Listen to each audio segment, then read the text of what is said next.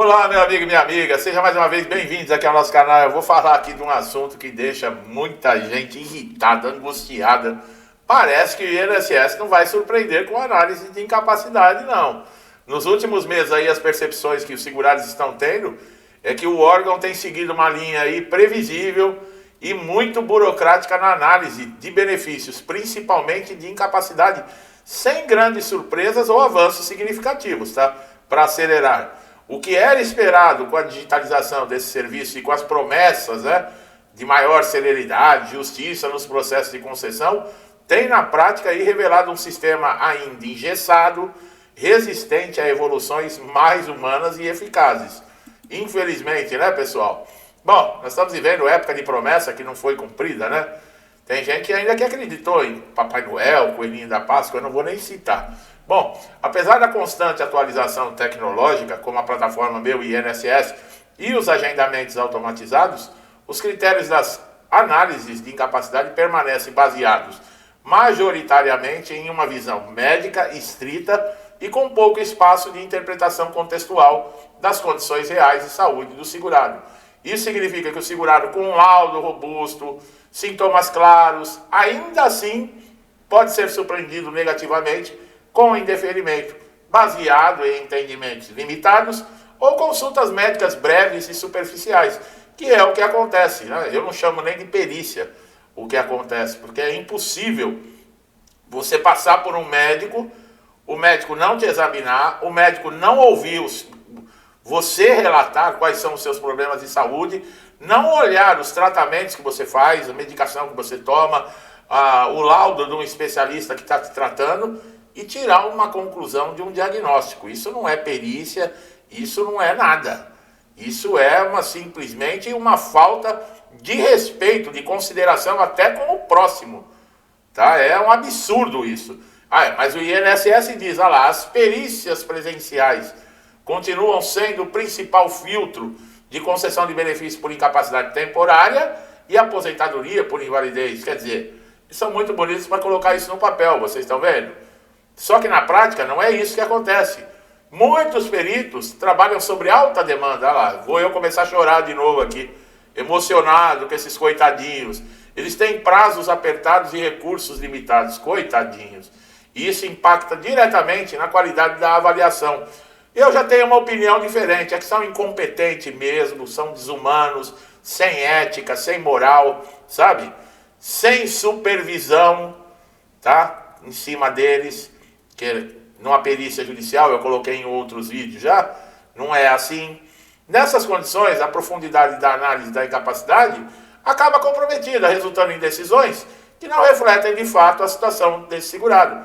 Quer dizer, o bonitão lá ou a bonitona que estão lá dentro de uma salinha com ar-condicionado, que tem porta, detector de metal, que proíbe muitas vezes de entrar com celular, com bolsa, com tudo, ainda se acham no direito ainda de desrespeitar o segurado e ainda achar que estão fazendo algum tipo de favor.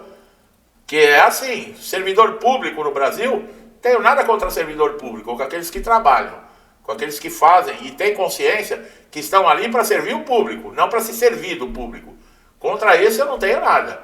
Agora, contra essa cambada aí que presta um concursinho e acha que estão acima do bem e do mal, eu já sou daqueles, sabe, que tem que ir para a justiça, mas processar no CPF. Tem que pedir danos morais, tem que pedir danos materiais, tem que arregaçar mesmo. Além disso, houve uma forte retomada, tá, de chamadas de perícia presencial, mesmo após nós tivemos lá a pandemia, tá, e a adaptação de muitos processos no ambiente digital. O INSS, ao invés de investir mais em teleperícia, avaliações documentais robustas, voltou a depender intensamente do modelo tradicional, considerado aí por muitos ultrapassado diante das ferramentas disponíveis atualmente. Já falei, pessoal, não é interesse, principalmente essa raça que está no poder aí, eles não têm interesse em arrumar nada. Quanto maior o caos, mais dinheiro eles desviam. Quanto mais o caos, mais vagabundo eles colocam para ficar lá mamando na teta. Não aprenderam ainda? Apesar que não aprenderam, né? Quando chega na época da eleição tem um bando de... Eu não vou nem falar o nome, mas vai lá, acredita em picanha, cerveja, em que aeroporto vai virar rodoviária, tem um bando de trouxa, né? Enquanto existe trouxa, existem os espertos, né? Eu sei, apesar que não é só os trouxas, né? Tem a caixinha mágica também, né? A caixinha mágica que você digita uma coisa aqui, ela vai parar ali, você aponta para um, aí reflete no outro. Sabe como é que é, né? Para um bom entendedor aí que está me ouvindo, um pingo é letra, né? Para os segurados que vivem em regiões mais afetadas dos grandes centros urbanos, a exigência de comparecimento presencial representa não só um desafio logístico, mas também um custo emocional e financeiro. E você aí que está achando ruim que eu estou falando de política, é mesmo. Vai nesses estados aí, principalmente da região norte, aonde está lá, essa cambada já está governando há mais de 20 anos, e olha lá, vê quais são os benefícios. São os estados que mais têm desemprego, mais violentos, mais miseráveis, ou não é? Vai lá na região norte, aonde os esquerdinhas governam há mais de 20 anos, e vê lá. Por que que desce ônibus todo dia vindo pra cá? E o pior de tudo, né? Os caras votam nessas porcarias lá em cima, aí os caras vêm pro sul, chega aqui, transfere o título, e querem votar nas porcarias para implantar a mercadoria aqui também no sul. Quer dizer, sabe? É coisa de louco, viu? É coisa de louco. Bom, muitas pessoas que deveriam estar em repouso ou não têm nem sequer condições físicas para longas viagens são obrigadas a comparecer nas agências do INSS para tentar manter os seus benefícios.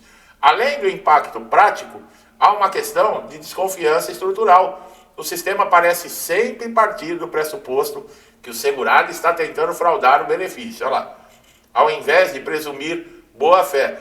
Tem segurado que está relatando aqui para mim que chegou na sala do perito, e o perito diz para ele que ele não tem vergonha na cara, que ele está querendo arrumar uma teta. Aonde já se viu falar uma coisa dessa?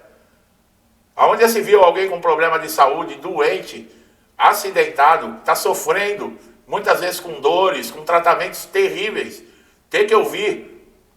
Olha, eu não sei se eu me controlaria num lugar desse não, viu? Ouvindo algo assim. Mas eu não estou mandando ninguém partir para agressão, tá, pessoal? Mas isso é de cada um, tá? Essa lógica ainda é muito presente nas análises de incapacidade. Contribui para que muitos tenham benefícios negados, mesmo estando, de fato, doentes, incapacitados para o trabalho. Olha aí, você paga o INSS? Você que está aí do outro lado aí, você paga? Paga há anos, né? Há muito tempo. E quando você precisou a primeira vez, como é que foi? Outro fator que preocupa é a alta taxa de indeferimentos na primeira instância. Diversos relatórios apontam que o número de segurados que precisa recorrer administrativa ou judicialmente para ter o benefício reconhecido é elevadíssimo. Isso evidencia falhas no sistema de análise inicial, sobrecarrega não apenas o INSS, mas também o judiciário, que já enfrenta longas filas de processos envolvendo a Previdência Social. A morosidade também é um dos principais pontos críticos. Apesar de prazos legais, muitos segurados esperam por meses por perícias ou pelo resultado de uma análise de um recurso. Em casos de pessoas sem renda, sem condições de trabalhar, esse tempo é extremamente cruel e pode representar um risco real de dignidade. São famílias que às vezes passam fome, são despejadas, não tem dinheiro para comprar remédio, nem comida, devido ao quê? A essa administração incompetente dentro do INSS. Em paralelo, o número de denúncias de perícias com tratamento desumano ou negligente só tem aumentado. Olha aí, você aí, defensor dessa cambada de vagabundo que está no poder aí, você está ouvindo isso? Será que você consegue enxergar o que está acontecendo? Acho que não, né? É que nem aqueles, né, que a mulher está traindo, você mostra o vídeo com a mulher, com o amante na cama e a pessoa não acredita e ainda perde a amizade com você. Essa meia dúzia que eu estou falando aqui é desse jeito. Muitos relatam que a consulta pericial dura apenas alguns minutos, com perguntas rápidas, sem um exame físico detalhado, e esse tipo de conduta compromete a credibilidade do processo e gera revolta entre segurados. Por quê? Queriam o quê? Que o segurado saísse de lá sorrindo, feliz, dando pulo de alegria? Mesmo com a recente reestruturação do INSS e a tentativa de zerar a fila de pedidos por meio de mutirões e contratação de médicos temporários, as análises de incapacidade seguem um padrão rígido. Essa rigidez, muitas vezes, despreza o avanço da medicina do trabalho, da própria psicologia social e de áreas fundamentais para compreender as múltiplas dimensões da incapacidade. A judicialização continua sendo o caminho mais eficaz para quem precisa comprovar a incapacidade e obter um benefício. No entanto, nem todos têm acesso a advogados, defensores públicos, o que torna o processo desigual e inacessível para uma parcela significativa da população mais pobre. E ainda, a crescente preocupação com o uso da inteligência artificial nas triagens iniciais dos pedidos. Embora seja útil agilizar o processo, o uso dessas ferramentas sem supervisão humana, qualificada para levar a erros graves, especialmente em situações complexas, como doenças crônicas, síndromes raras ou transtornos psiquiátricos. Essas ferramentas não fazem a análise dessa condição. Muitos especialistas defendem que o INSS deveria adotar uma abordagem mais integrada, sabe? Contando com equipes multidisciplinares, incluindo assistente social, psicólogo, fisioterapeuta, mas eles não querem isso. O que não falta no INSS é advogado. Agora, fisioterapeuta, assistente social, e isso aí pode esquecer, para uma avaliação mais completa da incapacidade. Por que é só o perito? Por que não pode ter um outro médico dentro da sala? Já que estão tão interessados em dar um resultado fidedigno, justo, honesto. Esse modelo, embora é mais caro no curto prazo, mas poderia gerar uma economia futura. Por quê? Porque ia reduzir a judicialização e a reincidência de pedidos. Quer dizer, falta um pouquinho de cérebro, né? Ou não falta? Ah, mas vai ter 2 peritos, vai diminuir o quê? Os processos judiciais, porque as coisas vão funcionar da maneira que devem funcionar. Olha aí, vai diminuir a quantidade de pedidos, que são pessoas que recebem alta e depois retornam. Quer dizer, mas os intelectualoides que colocam poemas no papel para descrever uma coisa que não vai ser colocada em prática, no Brasil está cheio. Também seria essencial capacitar e valorizar os peritos, desde que os peritos se valorizassem, desde que os peritos se tornassem pessoas dignas, garantindo melhores condições de trabalho. Quer melhor condição de trabalho? O cara tem um consultóriozinho com ar-condicionado, uma poltrona macia, cadeira, computador, o que mais que ele quer? Ele quer o quê? Uma cama, colchão d'água, espelho no teto? É isso que o perito quer? Mais tempo de consulta, mecanismo transparente de avaliação, para quê? Com esses peritos que estão aí? A padronização de critérios é importante, mas não pode ser feita às custas de individualização dos casos e do respeito à dignidade do segurado. O sentimento geral é de que o INSS está estagnado no tempo, quando o assunto é análise de incapacidade.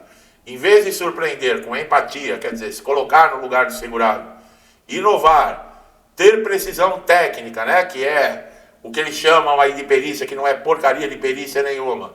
O que se vê são processos previsíveis, frios, muitas vezes injustos. E quando o sistema não for repensado com foco no ser humano, quer dizer, no segurado, as análises de incapacidade continuarão decepcionando mais do que ajudando. Essa é que é a verdade, meu amigo e minha amiga. Não adianta eu vir aqui iludir vocês. Não adianta eu chegar aqui, olha, porque agora vai ser tudo lindo. Que inclusive tem gente que faz vídeo aí até hoje de 14º. Olha a crise que nós estamos passando. Olha a roubalheira que teve dentro do INSS e tem gente colocando vídeo de 14º salário. E você aí, gosta de ser enganado? Não é só no INSS que engana não, viu? Por fim, é necessário um debate sobre reforma, tá, pessoal? De novo, né? Mas tem que ter interesse e tem que ter pessoal comprometido para isso. Reforma que essa cambada de vagabundo que está no poder hoje, eles vão reformar sim. Um jeito de meter mais dinheiro no bolso, para botar mais sindicatos e associações para roubar você. É isso aí que eles vão fazer, a reforma que eles fazem.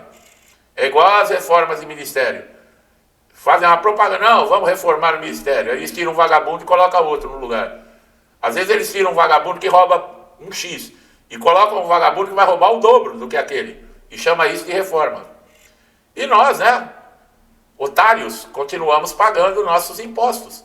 O imposto mais caro do mundo, que menos retorna para todos nós, é a verdade. Não gostou de eu te chamar de otário? Mas você é tão otário quanto eu.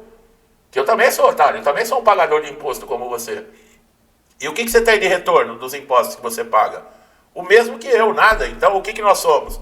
Um bando de otários, sustentando uma cambada de vagabundos, que quando se elegem não estão nem aí, não fazem nada, só pensam em ganhar benefícios e não ganham pouco, né?